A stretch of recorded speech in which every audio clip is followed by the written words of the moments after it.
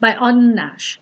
I'll be doing the explanation, the literary devices, and the MCQs. So here is Custard, the dragon, and of course you are at English for all reasons good based on the CBSE guidelines and syllabus. So let's get started. About the poet first. Auden Nash was an American poet. He was famous for his light verse. He was known for as the producer of humorous poetry, and he received Sarah Josepha Hale Award in 1964. Now, this poem is a ballad. So, let's first discuss the characteristics of ballads because it can come in MCQs. So, a ballad, it consists of simple language. They are narrative poems, that is, they tell stories, usually with a moral. Short rhyming stanzas are there, usually of 4 lines. Ballad often consists of refrain. Now, there can be varied themes for ballads: moral based, heroic, tragic, comic, etc. In case of a traditional ballads, authorship is not known. They are handed down to the next generation by the word of mouth. So there is a possibility of their getting changed as it is passed from one generation to another by the word of mouth. So that means cultural and lingual changes can occur because they are passed orally from one generation to another, and that is why the authorship is also not known. But now, in case of literary ballads, that is the recent ballads that have been written, here the poet or the author is known. It is an imitation of the traditional ballad. That means that it has all these points, but the difference is time cannot bring any change in them as they are recorded. They are recorded in the form of hard or soft copies, so they are preserved. So rest all features are there. So this poem, it is a ballad. So stanza 1. Belinda lived in a little white house with a little black kitten and a little grey mouse, and a little yellow dog, and a little red wagon, and a realo triolo little pet dragon. So, as I'm reading it, you are noticing the rhyme in the stanza. So, since it is a ballad, the poet tells us a story of Belinda who lived in a little white house. She lived with her pets. They were a black kitten, a grey mouse, a yellow dog, a little red wagon, and a creature that the poet says was really and truly a dragon. So, really and truly a dragon, but it was a pet dragon, little pet dragon. Now, the name of the little black kitten, it was Ink, and the little grey mouse, she called it Blink.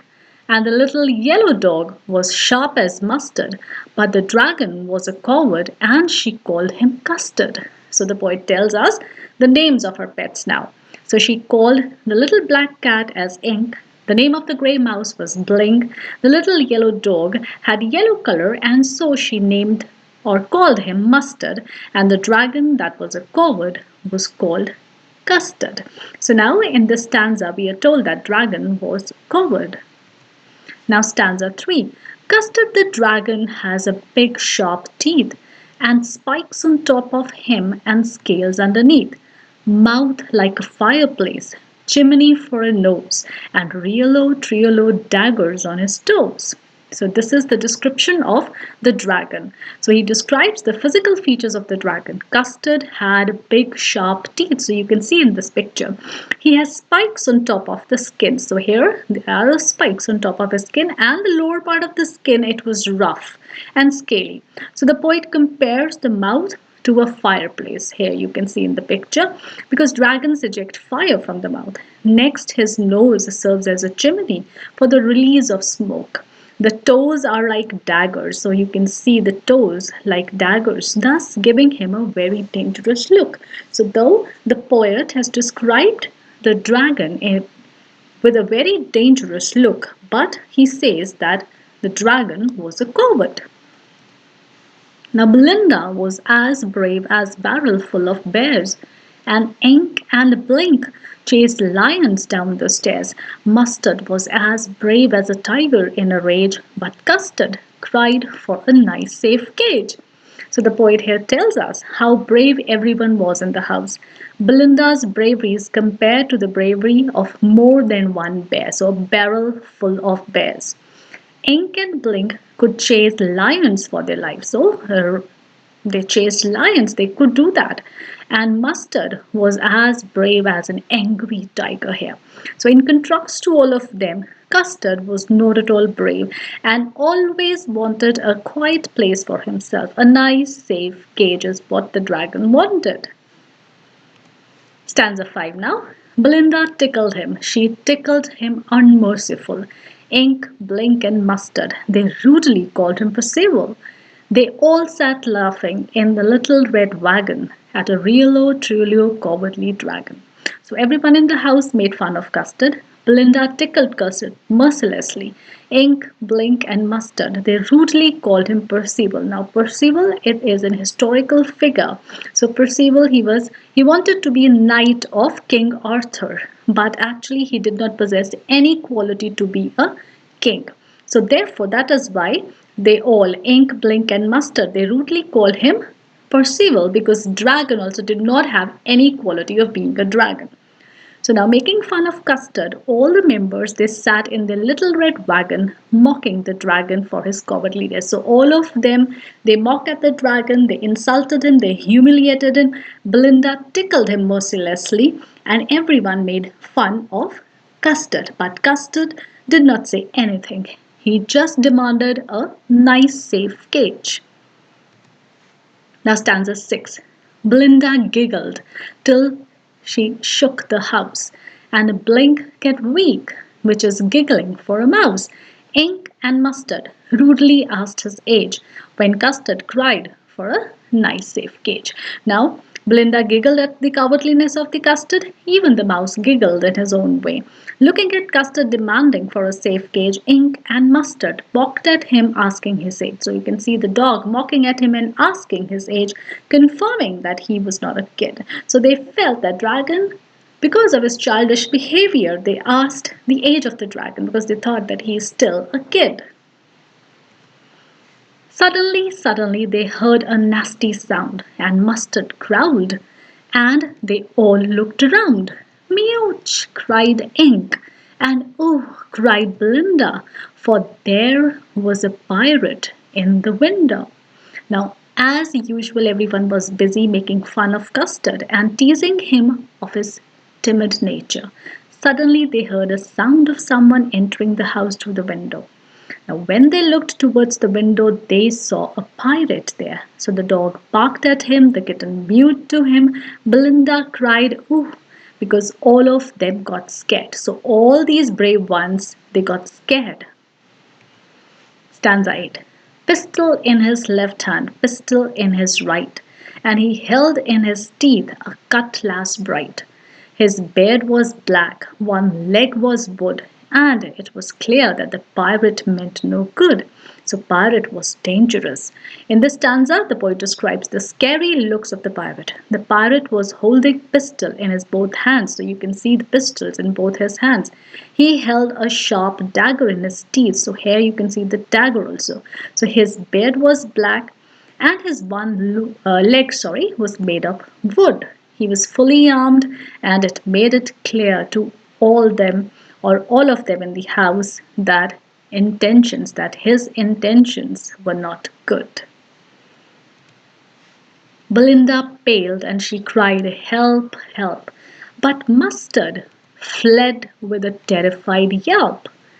Ink trickled down to the bottom of the household and little mouse Blink strategically mouseholed. So with the entry of the pirate, a sudden twist comes in the story. All the brave ones in the house, they ran for their lives. Belinda turned pale due to fear and shouted for help. The terrified Mustard fled crying from the scene. Ink trickled down quietly to the bottom of the household, and the mouse cleverly went inside its hole. So all these brave hearts, they fled from the scene and they hid themselves wherever they found a place.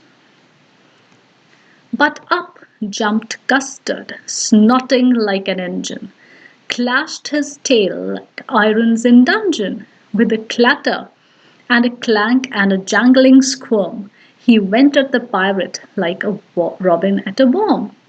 So now, when all the brave ones had fled, What could one expect from a cowardly dragon? But on the contrary, the dragon jumped towards the pirate with a loud snorting sound. So here you can see the dragon is jumped towards the pirate. He hit his tail on the ground with such great force that it seemed as if an iron rod was being hit in the dark underground prison. He flung towards the pirate just like Robin Hood attacks a worm. The pirate gaped at Belinda's dragon and gulped some grog from his pocket flagon. He fired 2 bullets, but they didn't hit, and Custard gobbled him every bit. So the pirate was shocked by the dragon's rage and agility. So when suddenly the dragon appeared in front of pirate, so pirate, he became nervous. He became confused. So the scary looking pirate himself had to drink some wine to gather some courage to face the fierce dragon. He took out a flagon containing wine from his pocket and gulped it. After gathering some courage, he fired 2 bullets at the dragon but missed. Custard was quick enough to gobble every bit of this ruthless looking pirate. Belinda embraced him. Mustard licked him. No one mourned for his pirate victim. Ink and Blink in glee did gyrate around the dragon that ate the pirate. Now, when the pirate was eaten by dragon, Belinda hugged Custard in excitement, and Mustard, you can see, licked him. So no one felt bad or mourned for the pirate. Ink and Blink, so they ran around the dragon in happiness. They expressed their joy and gratitude to the dragon for saving them. But presently up spoke little dog Mustard. I would have been twice as brave if I hadn't been flustered. And up spoke Ink, and up spoke Blink. We had been 3 times as brave, we think. And Custard said, I quite agree that everybody is braver than me. So soon after, they forgot all about the courageous act of Custard and started defending themselves.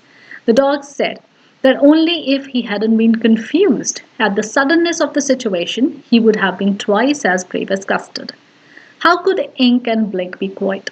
So they said that they would have been 3 times as brave as Custard. Listening to them, the humble dragon agreed to them and said that he too believed that everybody was braver than him. Belinda still lives in her white house with her little black kitten and her little grey mouse and her little yellow dog and her little red wagon and her really truly little pet dragon. So in the end, the poet concludes by saying that nothing changed in that little white house where Belinda still lives with her pets. A black kitten, a grey mouse, a yellow dog, and a really and truly dragon. They also have a red wagon in their house. Belinda is as brave as a barrel full of bears, and Ink and Blink chase lions down the stairs. Mustard is as brave as a tiger in a rage, but Custard keeps crying for a nice safe gate. The poet here again emphasizes the bravery of everyone in the house except Custard. Belinda's bravery is compared to the bravery of more than one bear. Ink and Blink can chase lions for their life, and Mustard is as brave as an angry tiger. In contrast to all of them, Custard is not at all brave and still wants a quiet place for himself, a nice, safe cage. So, even after the incident, still Custard is the same, everyone else is the same, and they live in the same little white house. So, life goes on. Now we come to the literary devices. The first stanza. Now, the important thing is that all the stanzas of the poem, they contain literary devices. So you have to be very careful. So in the first stanza, we have, first of all, the rhyme scheme. So rhyme scheme of the poem, it is A, B, A, B. For all the stanzas except the 13th stanza, where the rhyme scheme is A, B, B, C, C. So rhyme scheme, it is written like this. Do not write it in capitals. So let me take the marker so that I can underline the important points. Okay, now the next literary device, repetition. So repetition of the word little. So the word little, you can see it is repeated many times. So this is repetition. It's in both the stanzas here. After that, we have anaphora in stanza 1 and in stanza 2. Now, what is anaphora? Anaphora refers to a poetic technique in which successive phrases or lines, they begin with the same words. The repetition, it can be as simple as single word or as long as an entire phrase. So here you can see in the first stanza we have the repetition here and a, and so this is anaphora. It should be successive lines, so you have to remember. Here we have second and third line, and the little, and the, sorry, and the little here. So these are anaphoras. Now in exams, when you have to write it, you have to underline the phrase like this. So anaphora. Now after that we have oxymoron. So now what is oxymoron? Oxymoron is pairing two words together that are opposing and or contradictory. So it is pairing of two words which have an opposing idea. So here we have pet dragon. Now how pet dragon has opposing idea? So you cannot pet a dragon actually. So the word pet, it means someone you can pet who is calm, composed. So you can keep the animal in your house, but you cannot do that with the dragon because dragon has all the opposite qualities. So here it is oxymoron because it is pairing two opposing ideas or contradictory meanings. So that is oxymoron. Now next we have a simile. So in stanza 2, dog was sharp as mustard. So the yellow dog, sharp as mustard. So this is simile. Now we come to the third and the fourth stanzas. Here again we have simile. In third stanza, it is mouth like a fireplace. So I'm underlining mouth like a fireplace. This is simile. In the fourth stanza, we have Belinda was as brave as barrel full of bears. And then we also have mustard was as brave as tiger in a rage. So these are similes. After that, we have metaphor. Now, metaphor is chimney for a nose. This is metaphor, and daggers on his toes. This is metaphor because here the comparison it is not done using the words like or as, and they are directly implying that the nose of the dragon, it was a chimney, and the toes, they were daggers. So that is why it is metaphor. Then we have hyperbole. Now in stanza 4 we have hyperbole. Now what is hyperbole first of all? It is the use of over-exaggeration to create emphasis or humor. It's not intended to be taken literally. Rather, it's supposed to drive a point home and make the reader understand just how much the writer felt in that moment. So what does this mean? It means that the poets, they exaggerate a situation to make the readers understand that what they actually want to convey. So like here we have exaggeration when the poet describes the bravery of these creatures like ink and blink, cat and little mouse. So they are as brave and that they can chase lions. So this is unbelievable. This is over exaggeration. So that is why it is hyperbole. So even Belinda is as brave as barrel full of bears. So Mustard, the dog, is as brave as tiger in a rage. So this is hyperbole. Now there's another example of hyperbole in this poem, which I'm not going to tell you. You will be giving me that example in the comment box. Now next we have personification and alliteration. Now throughout this poem actually, these creatures, they have been personified. Now when Custard is here, Custard cried. So when the poet says Custard cried, he is personifying the dragon. Now alliteration again, Custard, so here, and cried. So this is alliteration also. Now we move on to the next. Now here we have Belinda tickled him. She tickled him unmerciful. So first of all we have repetition. So tickled is repetition. After that we have personification. Now again, when the poet is saying that rudely, Blink and Mustard, they rudely called him Percival, or then they say they all sat laughing. So this is all personification.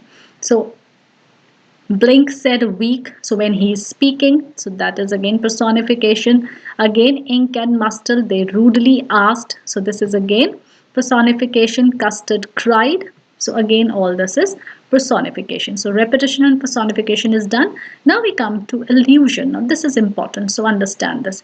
Custard mockingly is called Percival. Now, Percival was innocent and did not have any knowledge of arms and weapons, but he wanted to become the knight of King Arthur. So, I already explained you this when I was doing the explanation. So, similarly, Custard, though he was a dragon, he was a cock, but he did not have any quality of dragon. So, therefore, this is an illusion. Now, why illusion? This is the definition of illusion. Illusion is a brief and indirect reference to a person, place, thing, or idea of historical, culture, literary, or political significance. This you need to remember. It is a reference to a person, place, or a thing or an idea. Now, what does it mean?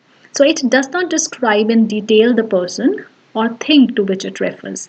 It is just a passing comment, and the writer expects the reader to possess enough knowledge to spot the allusion and grasp its importance in a text. Now, here, if you see the poet, he has directly told us that Mustard, Blink, and Ink called him Percival.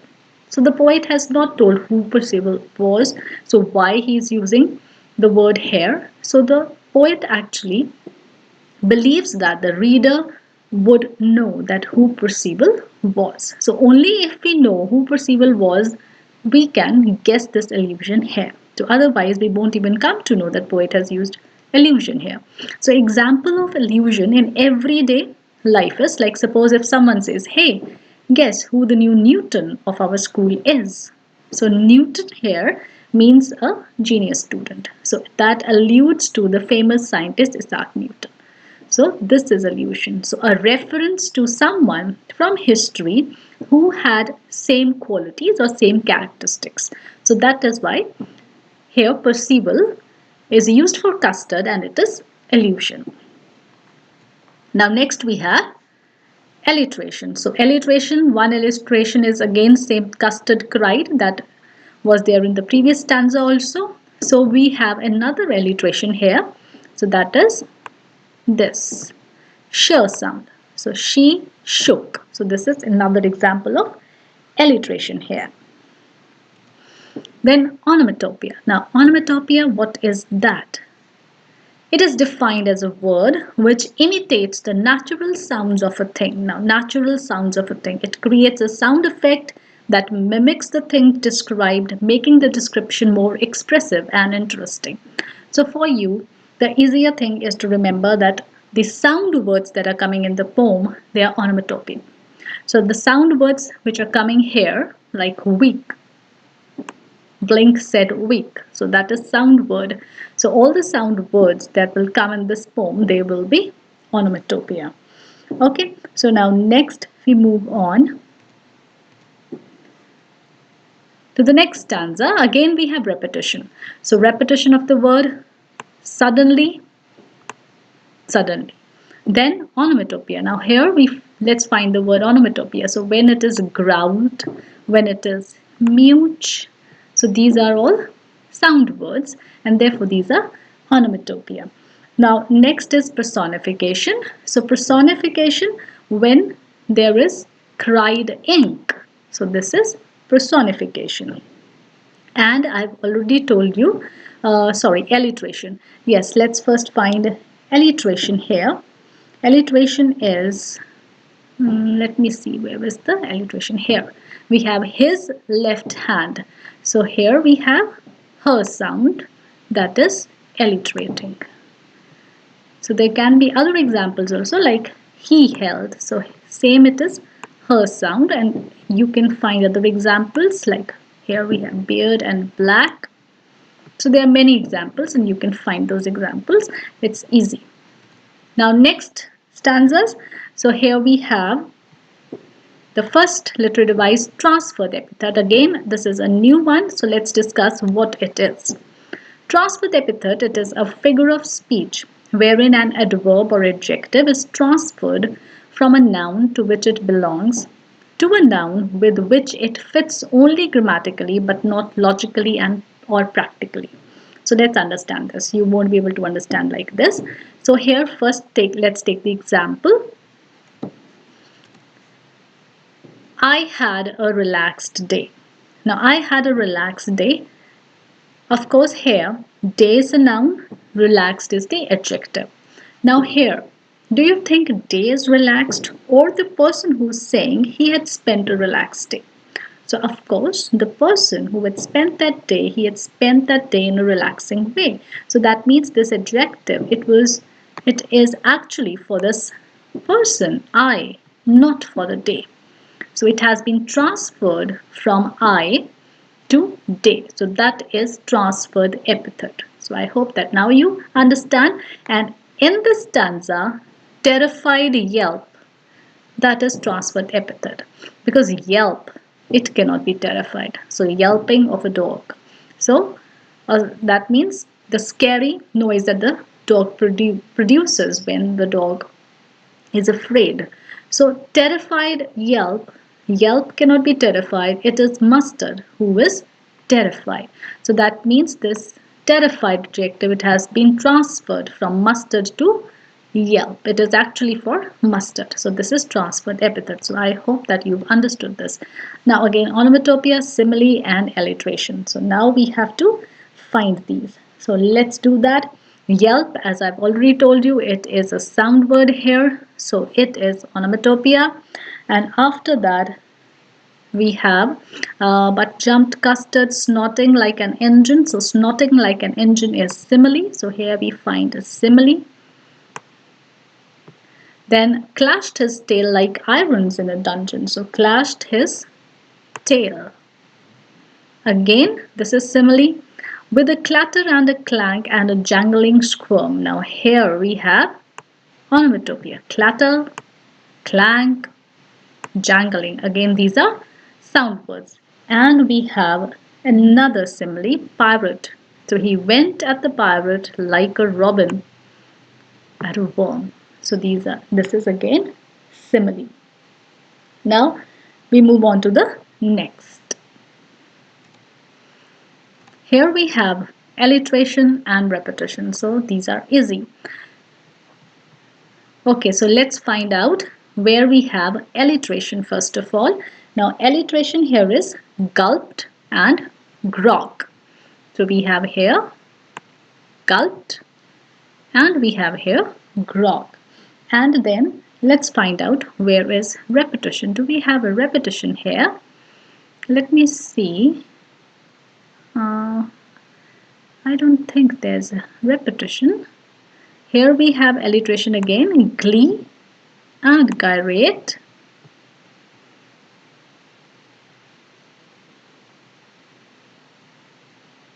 So I think there's no repetition. I'm sorry about that if I've written it here. Let me see it again. The pirate gaped at Belinda's dragon. So he gulped some grog from his pocket flagon. He fired 2 bullets, but they didn't hit, and Custard gobbled him every bit. Belinda embraced him, Mustard licked him, no one moaned for his private victim. I'm sorry, it is actually here. This is pirate, and here we have pirate. So this is repetition. So I'm sorry about this word. It is pirate victim. Now next, but presently up smoked little dog Mustard. Now here again we have to find repetition and rhyme scheme. So this is the 13th stanza and it has 6 lines. So obviously the rhyme scheme is different. Now first, the rhyme scheme, it will be mustard flustered. So we have A, B, B and C, C. Now repetition, let's find out repetition. So but presently up smoked little dog Mustard. I'd have been twice as brave if I hadn't been flustered. And up spoke ink and up spoke blink. So here we have up and here we have up. So this is repetition. We'd been 3 times as brave, we think. So the custard said, I quite agree that everybody is braver than me. So rhyme scheme and repetition. Now the last 2 stanzas. Again, there's repetition, anaphora, and refrain because these are the same. The first 2 stanzas, these are the same with a little difference. So, refrain is the repetition of a few lines or a whole stanza after a few stanzas or at the end. So, here in this poem, in the end, these 2 stanzas, which are the first and the second stanza, they are repeated but with a slight change. The change is here the word still. So Belinda still lives in her white house. So rest it is the same. It is for emphasis that even after that incident life goes on and there is no change in the house. So all the pets, Belinda, dragon, the mouse, dog and cat, they live in the same way. So repetition, anaphora I have already told you. So this is and her. And her. So this is anaphora.